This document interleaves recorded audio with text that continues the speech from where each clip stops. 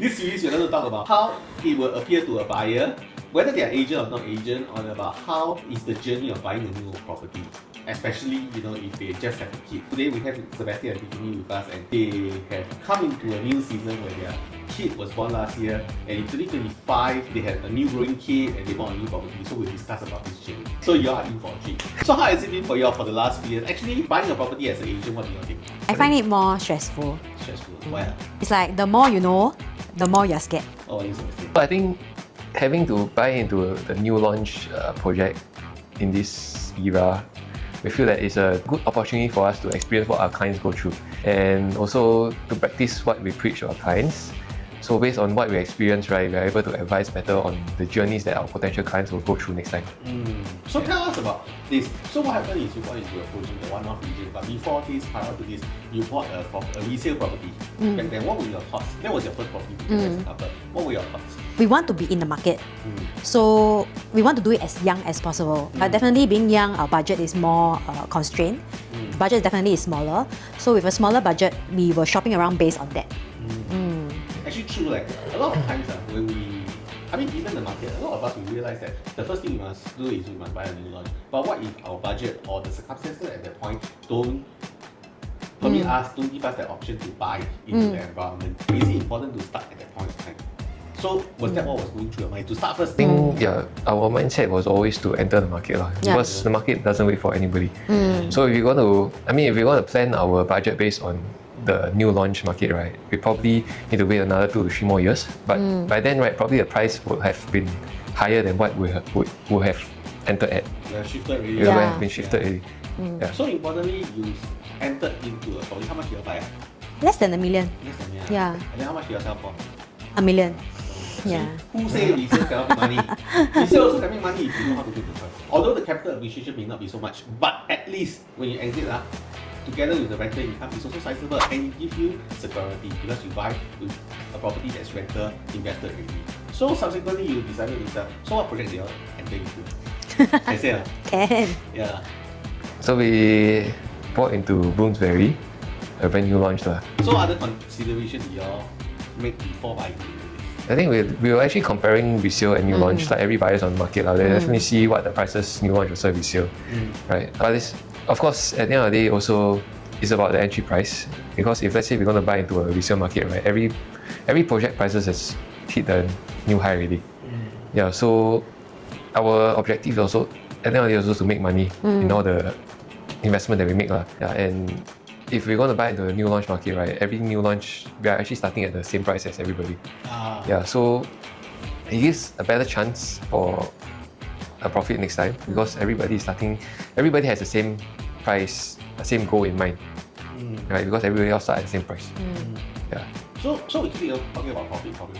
But what if there's no way to guarantee a profit, right? Although we want to aim to enter into a safe property that might compared to the others give us a better profit. But what happens when you don't see the profit income to come? So to us, because definitely when we look at resale versus new launch, the new launch were a bit pricier. And then so to us the sustainability was very important. Yeah, will we be able to sustain it if the profit doesn't appear in like 3 to 4 years and maybe we have to hold it a bit longer? Yeah, and we enter right after the government said that the SSD is going to extend by 1 more year. So it was like, yeah. So you buy into a development where you know that some of the buyers they are going to be able to sell earlier than you. What were your thoughts? Scared, definitely scared. Yeah, but then why did you press on?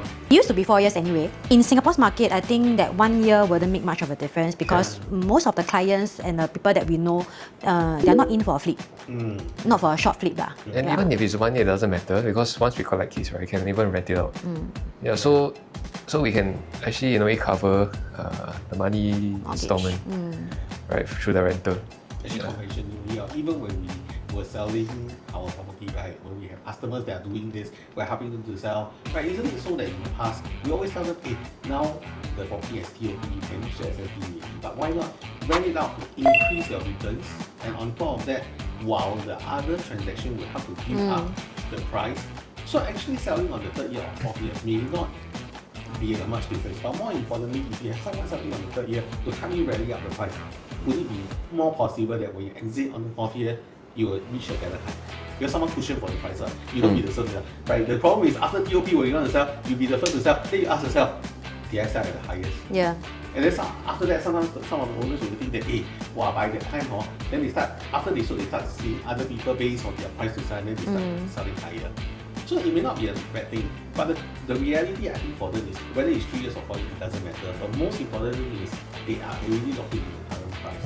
Right? And the price that they enter today, even OCR also cannot buy a 3-year.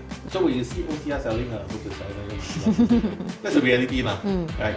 Yeah. So when it comes to planning for your own estate planning, asset planning, and things like that, how do you go about? I mean, you are relatively in your mid-30s with a kid, and you know that finances in the next 5 to 10 years is going to hit the roof. Yeah. Right, when the kids are growing and probably you'll be planning for a second kid, right? So the question is, amidst all this, you still decide to make a big commitment. What were your thoughts? Actually, I think end is what is your net worth when you reach age 85. Because everybody, by the time age 85, your loan will be fully paid out. Right, so by then, how much you're worth, right, is based on, by then, after your loan is fully paid out, how much your assets is worth. So for us, it's really about the progression, because we started off with a 1 million property. So we're actually looking higher than 1 million this time, so that we can actually plan ahead. By the time when we reach age 65, right, we are probably like reaching 5 mil to 6 mil worth of net worth, right? And then it kind of builds up our retirement by then. You can see that Sebastian is more on the logical side. Right? That means he has a goal, he has a target, he's about getting it done. But what about emotional side? What about you, Tiffany? For me, it's like really more for family planning. You want a place where you have enough bedrooms. So during the first property, it doesn't really matter, it's just the two of us. It can be a 2-bed, 1 bath, even a 1-bedroom, it doesn't matter. As long as we get the ball rolling. Yeah, and then like subsequently, you definitely want to have a decent 3-bedroom, something with an enclosed kitchen. Yeah, something that is very safe lah. Yeah, and then from there, hopefully, if we need, it can be a 3+ study, it can be a 4-bedroom, but it has to be a progression. So we understand that, and then like we know that you cannot be like overnight. Let's say we never buy anything, and then overnight I'll be able to afford a 4-5 bedroom. We know that that is almost impossible in Singapore's market. So it's like a progression thing. So when you have a second kid, then you buy another 4-bedroom. Hopefully, yes. Right. So the goal is, I mean, your purchase was quite a few months back already. And of course, I think it will be like the point of time when you buy the property, there's a lot of ups and downs, yes or no. Actually, also never. Your house ever completely buy already, right? Right. So what helped you make that decision so swiftly? because I think now in the market, especially when interest rates are starting to drop, there's actually potential for upside opportunity out there. Because once interest rate drops, right, businesses will start to do well. Right, so once business starts to do well, employment also will pick up, income also will rise. So actually, all these will help to sustain the real estate market. Yeah. Actually, that's true. You see, the thing is, a lot of people say, I wait for interest rate to drop, then I buy it. Now interest rate is at the lowest already. Now in November, Fed says in December there's going to be another cut. But if you look at the good news in the market, compared to the last season, all gone already. Right? If you have not entered the market now, what is your advice for someone who is buying a property? Like in your age group, 34, 35, getting into the stage of life where you know you'll hit your prime soon, but you also know that you have children coming up, a lot of expenses. I mean, buying a property takes up a big part because your mortgage is very high. Right? So what is your advice for someone like that? If it's your first house, I would say just go for it. Yeah, but if you are upgrading and looking for something bigger, like how we always advise our clients, we always do a safe planning. So even if your bank loan can give you up to a certain amount, we usually plan it so that you have enough savings and emergency funds. Yeah, so that the plan is sustainable. It's just that how we do it for ourselves. Yeah, so that in the long term, it will be a place that you can stay while still enjoy life. I think at the same time, it's also not so much about the location itself, because if let's say you've got a specific location you want to stay, right, there's always the option of renting out as well, right? So if let's say you actually want to stay in a specific location because of schools or whatnot, right, at least if let's say you can't, or there's no opportunity in a particular location, right, you still can have the option of renting the property over there. But at the same time, right, using your capital, right, to invest in some other potential location that have more upside opportunities.